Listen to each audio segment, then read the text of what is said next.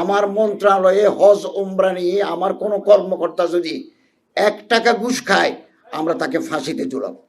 গেল হজে, জর্দা নিয়ে গেছেন এজেন্সি, ঢাকা বিমানবন্দরের ওই স্ক্যানারকে ফাঁকি দিয়ে অথবা ইনকনাবেন্স উইথ দি করাপ্ট অফিসিয়ালস, তারা জর্দা তামাক সৌদি আরবে নিয়ে গেছেন। এটা জর্দা বিমানবন্দরে ধরা পড়ছে।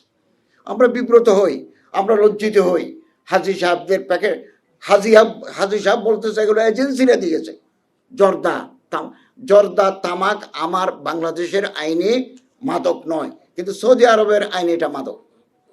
একজন হাজি সাহেবের লাগেজের ভিতরে আপনি জর্দা দিবেন কেন? পয়সা অন্যভাবে আমরা কামাতে পারি না?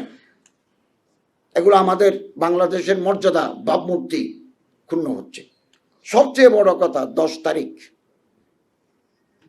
জেদ্দা বিমানবন্দরে 45 জন ওমরা হাজি নিয়ে একটা এজেন্সির মালিক গেছেন।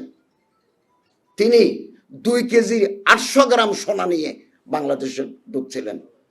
45 পিলগ্রিমস নিয়ে ধরা